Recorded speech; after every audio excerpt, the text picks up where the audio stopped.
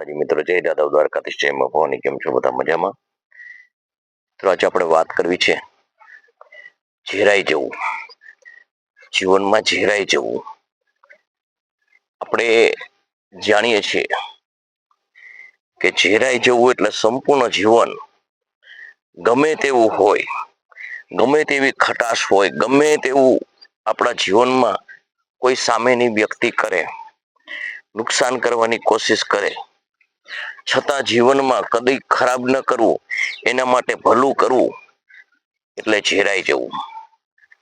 મિત્રો, જીવનની અંદર ખટાશ કોઈ નાખે ને ત્યારે દૂધ બની જાઓ, એટલે એમાંથી દહીં બને તો એ પણ માણસને કામ આવે. દહીંને ઝેરે એટલે માખણ બને, માખણને તવે એટલે ઘી બને, અને ઘીને કોઈ પણ જગ્યાએ જ્યોતમાં જલાવે તો પ્રકાશ આપે, અને કોઈ મીઠાઈમાં નાખે તો ગળપણ આપે. એટલે એનું નામ જ ઝેરાઈ જવું. જેમ એનાથી કોઈ પણ પરિસ્થિતિ આવે, કોઈ કઠિનાઈ આવે, કોઈ પણ તમારો દુરુપયોગ કરે, તો મિત્રો જીવનની અંદર એવું માધુર્ય રાખો કે આપણે ઝેરાઈ જવું. ઝેરાઈ જવું એટલે સર્વત્ર સર્વ જીવન અર્પણ કરી દેવું, સર્વત્ર બીજાના ફાયદા માટે ખપી જવું. આનું નામ ઝેરાઈ જવું. આપણે સંત મહાપુરુષોની વાત કરીએ કે એવા સમાજમાં સારા સારા કાર્યકરો છે એની વાત કરીએ, એવા ઘણાના એવા જીવન છે કે જેણે સમાજ માટે ઝેરાઈ ગયા છે. આપણે જ્યારે જીવનની અંદર કોઈ કઠિનાઈ આવે ને, કોઈ તકલીફ આવે ને, ત્યારે માણસ કાં તો ભાંગી પડે છે, અને કાં પ્રતિશોધની ભાવના જીવનમાં જાગે છે. પણ મિત્રો, ઘણી એવી જગ્યા હોય છે ને જ્યાં તમારે સંપૂર્ણપણે ઝેરાઈ જવું પડે છે. કુટુંબ પરિવાર હોય, તમારા લાગણીઓના સંબંધ હોય, તો મિત્રો આ બધી ભાવના છોડી મને એવું લાગે છે કે અહીં ઝેરાઈ જવું જોઈએ. જેણે જેણે જીવનની અંદર ઝેરાઈ ગયા છે ને, તેના અંતકાળ સુધી જેને ફાયદો ઉઠાવ્યો છે ને, એ લોકોએ કોઈ દિવસ એનો ઉપકાર નથી માન્યો. એના જીવનની અંદર જેણે ફાયદો આપ્યો છે એની બીજાને વાત પણ નથી કરી. પણ જ્યારે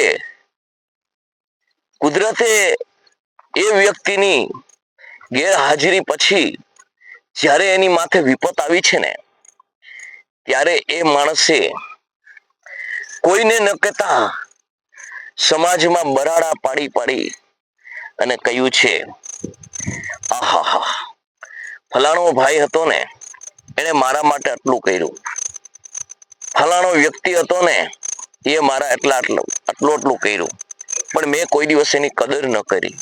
મેં કોઈ દિવસ એના માટે બે શબ્દ લાગણીના ના કહ્યા. મેં એના માટે બે શબ્દ કોઈ દિવસ એના દિલને, એના હૈયાને ઠંડક વળે, અને એને એવું થાય કે મેં જે કર્યું છે એ આ વ્યક્તિ એના માટે મને સારો ઠેરાવે છે, એના માટે મારા માટે લાગણી દર્શાવે છે. પરંતુ મિત્રો, જ્યારે જીવનની અંદર કોઈ પણ વ્યક્તિ આવી ઝેરાઈ જાય છે ને આપણા જીવનની અંદર, ત્યારે જ્યાં સુધી આપણા જીવનમાં ઝેરાય છે ને ત્યાં સુધી કોઈ દી આપણે કદર જ નથી કરી. કદર નથી કરી, પરિણામે એ માણસને એકદમ થાક લાગે છે, અને છેલ્લે તમારા માટે ખપી જાય છે. પરિવારનો મોભી હોય, પરિવારનો કૌટુંબિક ભાઈ હોય, કાકા હોય, મોટા બાપુ હોય, દાદા હોય, કે અન્ય સમાજ અન્ય સંબંધ યારે સંબંધ હોય, પરંતુ જે માણસ ઝેરાય છે ને એનું જીવન અમૃત હોય છે. એ સદા તમારા માટે અમૃત જ આપે છે. તમારા માટે કોઈ દિવસ એ ઝેર ઓગતો નથી.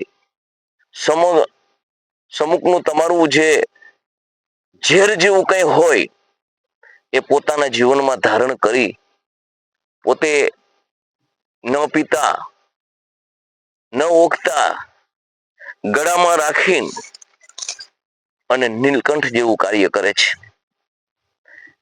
જીવનની અંદર હંમેશના માટે મિત્રો યાદ રાખજો કે જેણે જેણે સમાજ માટે ઝેરાયા છે ને એમાંથી એને ઝેરાય અને આ સમાજને વિવિધ પ્રકારના દ્રવ્યો આપ્યા છે, વિવિધ પ્રકારના પદાર્થો એવા આપ્યા છે કે માણસને પુષ્ટ કર્યો છે, માણસને મજબૂત કર્યો છે, માણસને એકદમ તૈયાર કર્યો છે. પરંતુ જ્યારે એ માણસને જીવનની અંદર સતત ઝેરાય છે પણ કોઈ જાણતું નથી ને ત્યારે અંદરથી દુઃખ લાગે છે, અંદરથી વ્યથા વેદના થાય છે અને જીવન એનું એક દિવસ તમારા ને મારામાં ખપી જાય છે. આ જીવનને સાર્થક કરવા માટે, આ જીવનને કંઈક કહેવા માટે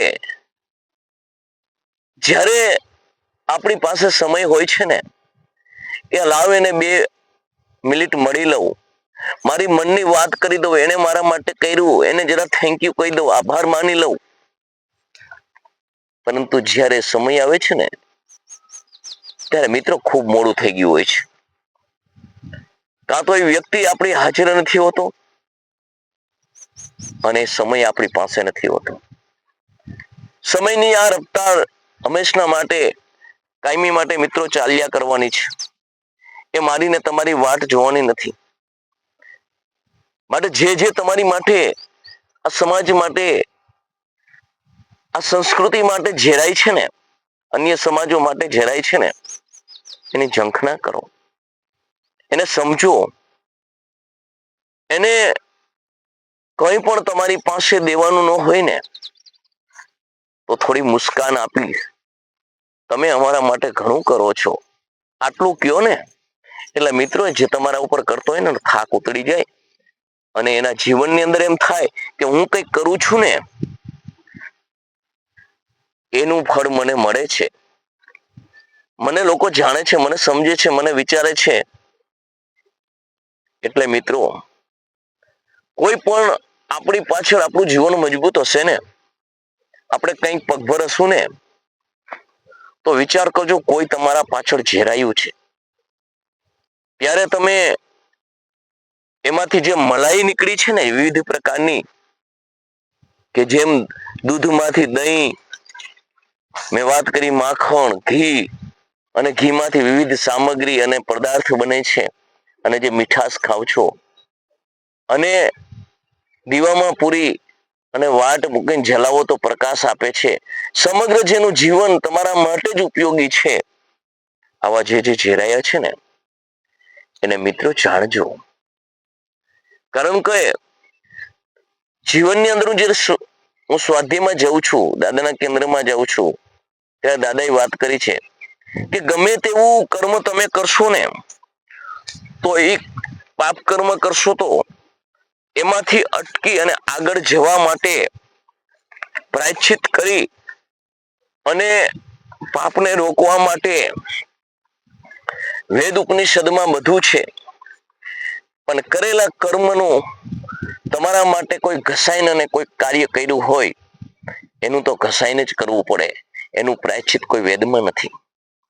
એટલે મિત્રો જીવનની અંદર આપણે કંઈક છીએ, કંઈક પગભર છીએ, કંઈક આપણા જીવનની કિંમત છે, કોઈ આપણને જાણે છે, ઓળખે છે, સમજે છે તો માતા પિતા, પરિવાર, ભાઈ કે અન્ય સમાજ જેણે જેણે તમારા કુટુંબ પરિવાર માટે તમારા જીવન માટે કંઈ કર્યું છે ને, જે ઝેરાયા છે ને એના માટે ઝેરાજો.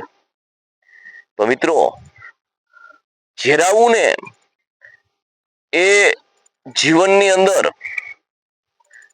ખૂબ કઠિન છે, પરંતુ શરૂઆત કરો ને અને જો ઈચ્છા શક્તિ હોય ને તો ખૂબ સહેલું છે. મારું છે એ મારું છે, મારામાં બીજાનો ભાગ છે તો આપવાનું છે. મને ભૂખ લાગે છે, બીજાને લાગે છે, બીજાનું જીવન છે, હું જીવું છું, એને પણ જીવવાનું છે. મારા પરિવારને જોઈ છે, બીજાને પણ જોઈ છે, બીજાને જરૂર છે, મને પણ જરૂર છે, સમગ્રને જરૂર છે. આપણે સંસારમાં સૌ પોતાના કર્મે આવ્યા અને પોતાના કર્મનું ખાવાનું છે.